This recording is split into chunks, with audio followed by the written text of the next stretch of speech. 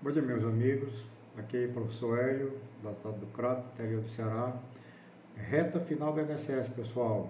Vamos fazer algumas revisões aqui. Hoje, soldado da borracha.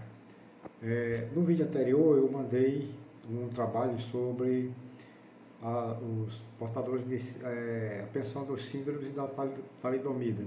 Entretanto, não ficou muito bom porque eu não sou muito bom na internet, mas eu espero que agora tenha melhorado. Vamos lá, pessoal, arrocha o nó e vamos começar de forma rápida.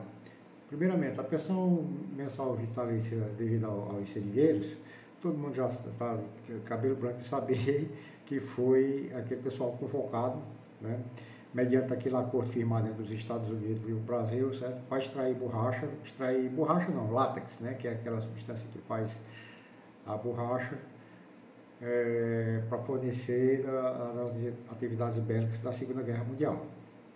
Primeira coisa que a gente tem que estudar aqui na lei, certo? Primeiramente, a gente já sabe que está previsto na lei 7986, tem a previsão ali também no artigo 54 e 54A da Constituição Federal, né? 54A, depois eu vou falar, é aquela indenização de 25 mil, além da pensão que é devida, prevista no artigo 54 e na própria lei 79. Então, os beneficiários, ele vai ser o seguinte, ele está previsto que é aquele seringueiro recrutado, né, nos termos do decreto 58 de 34, né? Esse decreto a gente sabe que foi aquele acordo relativo ao recrutamento celebrado entre a Comissão Brasileira, certo, de Mobilização e o controle de acordo com de Washington. Então, esse decreto nada mais foi do que a homologação desse acordo aí. E, além do mais, certo, amparado também nesse decreto 9882. Esse 9882 é que previa uma renda mensal, ou então uma assistência ao pessoal que ia trabalhar lá. Só que jamais pagaram nada, pessoal. E no item 2, isso aqui eu estou lendo apenas o que está previsto lá na IN, né, que ele trabalhou como seringueiro na região amazônica. Isso aí não é problema para a gente, que eu acho que vocês já estão cobrando de saber isso. O problema, também o valor devido, certo? Que é 2 salários mínimos, não gera direito ao abono anual, também isso é tranquilo. Você fica perguntando, por que é que esse benefício não gera benefício anual? Primeiramente, a lei não previu. Segundo, tem uma discussão muito forte dizendo que ele tem caráter assistencial. A gente sabe que benefícios assistenciais ele não gera direito a 10º, LOAS, BPC e outros, né? Para mim, eu entendo que ele tem natureza previdenciária, a minha opinião. Por que ele tem natureza previdenciária? E deveria ter o 10º. É tanto que já tem a CCJ aí, vários projetos com vista a incluir esse 13º. Eu acho que ele tem caráter previdenciário, porque você tem que obrigatoriamente comprovar a prestação de serviço lá naquela região durante aquele período. Se você vai comprovar serviço, nada mais é do que um benefício previdenciário que à época não exigia que tivesse contribuição, né? Lembrar que todas as atividades antes da emenda constitucional lá, sabe, 98, você bastava comprovar a prestação de serviço, você não precisava comprovar tempo de contribuição. Bom, mas isso aí é uma discussão que é a parte, porque apenas eu estou só fazendo referência para dizer que não tem direito ao 13º, certo? Na minha opinião, como é natureza previdenciária, por isso que a lei diz, ó, veda a prestação comunitária de pensão mensal vitalícia, com qual é outro benefício de prestação continuada? Quais são as benefícios de prestação continuada, né? Mantido pelo RGPS ou então pelo RPPS. Seja mantido pelo INSS, seja mantido pelo Estado, pela União, pelo município, né? Prestações de prestação continuada, seria a aposentadoria, um auxílio de doença por incapacidade. Então, qualquer benefício desse aí, você seria estar vedado você receber. Existem inúmeras discussões aí daquele camarada que trabalhou lá, certo? Hoje recebe a pensão, mensal vitalícia, do seringueiro, e voltou à sua terra, e ele era agricultor normalmente antes disso, e voltou e continuou trabalhando na agricultura. Quando chegou a 60 anos de idade, ou 55 anos de mulher, ele junta aquelas provas materiais e dá entrada no requerimento. Ele é peremptoriamente negado pelo servidor do INSS, logicamente, porque a lei proíbe, né? A lei é expressamente proibir, né, prestação de benefício continuado, né, que no caso seria a aposentadoria. Porém, a jurisprudência vem dizendo o seguinte: olha, devido o caráter assistencial, ou então devido o caráter reparatório, pode perfeitamente acumular a aposentadoria por idade do trabalhador rural, que ficou trabalhando na roça e comprovou uma renda mensal vitalícia. No nosso caso, para o nosso caso de prova, não vamos considerar essa jurisprudência.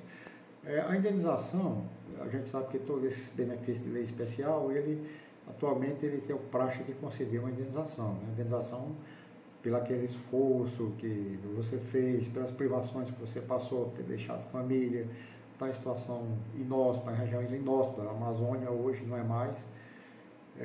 Então você tem uma indenização no valor de R$25 mil. Bom, as provas, como é que você vai provar? Você vai chegar lá perante o INSS, certo? E você vai juntar alguma documentação que a IN considera como início de prova material. A primeira coisa que a gente tem que falar aqui é o seguinte: a prova tem que ser exclusivamente material. O que é que significa exclusivamente material?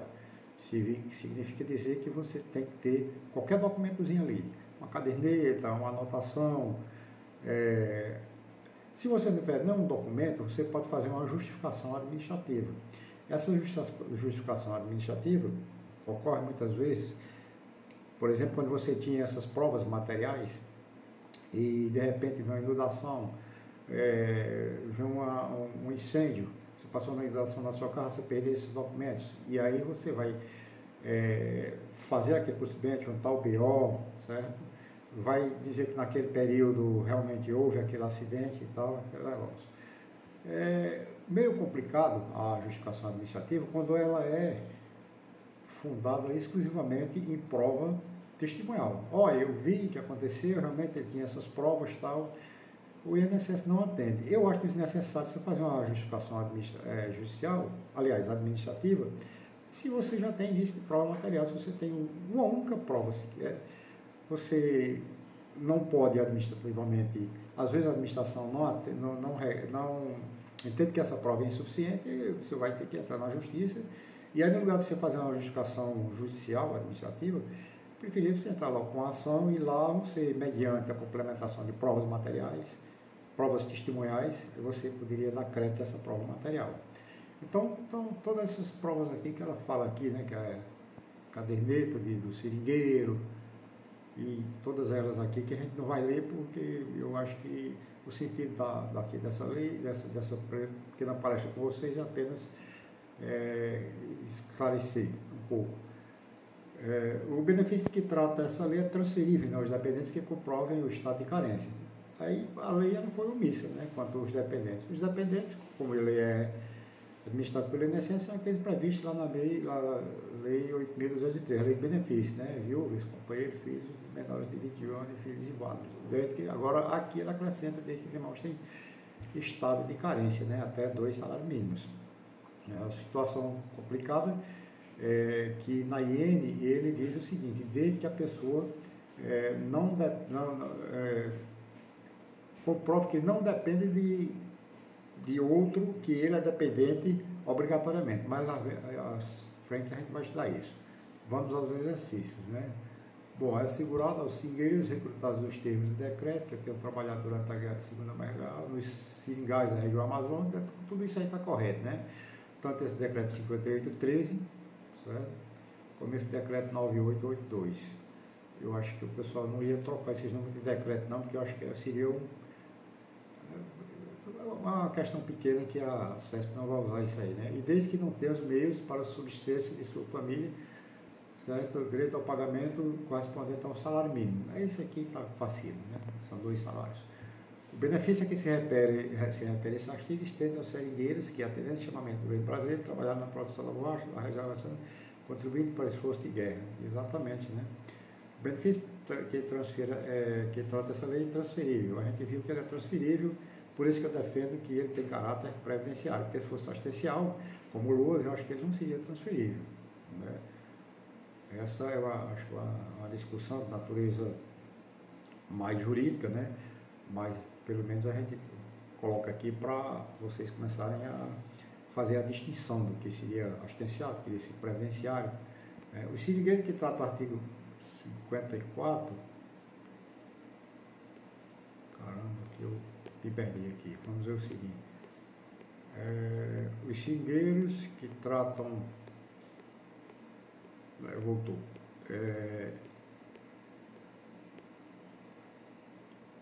O seringueiro trata do artigo 54 da DTC, né? Que é o ato das disposições transitórias lá da Constituição Federal, né? Eles terão direito com indenização de R$25.000. Ou seja, além da pensão normal, terão direito à indenização em parcela única. Exatamente.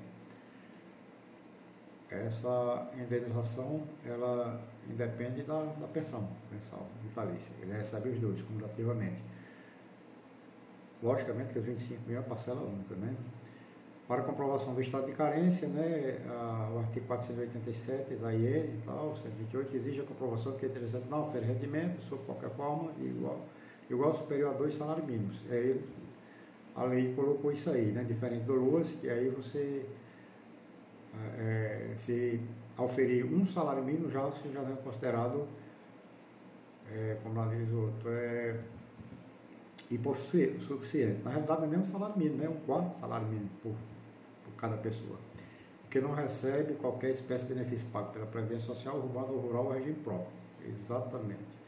Regime próprio seria União, Estado, Distritos Federais, Distrito Federal, né, e municípios, que adotam seu regime de previdência. Por se tratar de benefício assistencial, admite-se acumulação de aposentadoria por idade rural, se provado labor campesino, for que a gente discutir posterior, no prazo de carência imediatamente anterior ao requerimento. A lei não permite essa acumulação. A pensão vitalícia, mensal vitalícia, devido ao ex-combatente que tenha efetivamente participado de operações bélicas. Aqui é o seguinte, operações bélicas já é outro benefício, né? É aquele devido ao ex-combatente.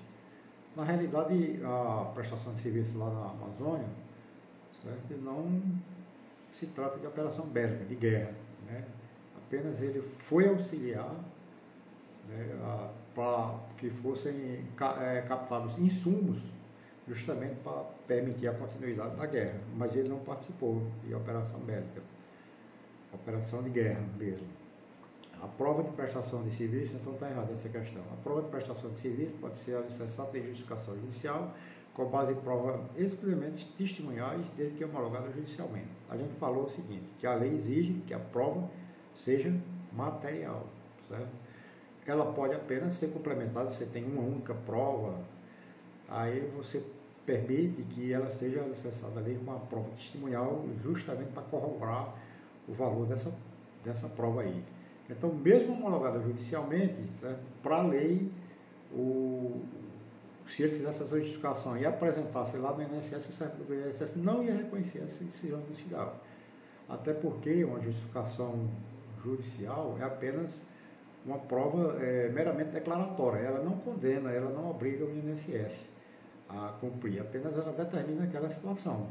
Então, como aquela situação foi apurada em prova testemunhal, que é vedado na própria lei, então o INSS não irá reconhecer essa justificação judicial, judicial, transitada e julgada. Então, essa questão ela está errada. José laborou como seringueiro na região amazônica, atendendo o apelo do governo brasileiro na produção de borracha. Após seu óbito, terão direito à transferência da pensão mensal aos dependentes do decurso. Está errado. Por quê? Porque ele não fez referência àquela situação de carência, né? Situação de estado de carência. Então, pode ser que tenha dependente aqui que seja rico, e aí ele não vai ter direito, né? O João é solteiro e conta com 16 anos na data do óbito de seu pai José. Olha só a situação, o cara é filho, beneficiário de renda mensal vitalícia, soldado de borracha. Convive com sua mãe, separado justamente de José, ou seja, ela depende de sua mãe, né? Sem direito à pensão alimentícia, quer dizer, a mãe dela, ambos não têm direito à pensão alimentícia, e que é auditora do TCE com remuneração de R$10.000. Está correta a decisão do INSS que deferiu o pedido de aplicação à pensão vitalícia de seu pai. Exatamente porque é o seguinte, porque nesse caso o filho depende da mãe, certo? E aí ele não comprovou o estado de carência. Olha a diferença dessa lei com a lei de benefícios. A lei de benefícios, O cara pode ser milionário, mas pelo fato dele ser filho, a presunção é absoluta, certo? Ele não precisa provar dependência econômica. Esse aqui é um dos casos da lei que eu acho que resolvido judicialmente, esse filho teria direito. Mas a lei, especificamente aqui, para o nosso caso aqui, exige o estado de carência. E esse filho aqui não demonstrou o estado de carência. A meu ver, está correta a decisão do INSS. Amigos, feras, vocês já estão todos aprovados. Se Deus quiser, eu espero que vocês façam críticas a esse trabalho aqui, certo? Questionem, é bom o questionamento, diga que eu errei em algumas coisas. Eu sou professor de cursinho, a gente discute, a gente admite erros, equívocos, e estaremos juntos na construção, se Deus quiser, dessa aprovação de vocês aí. Um abraço, até a próxima aula.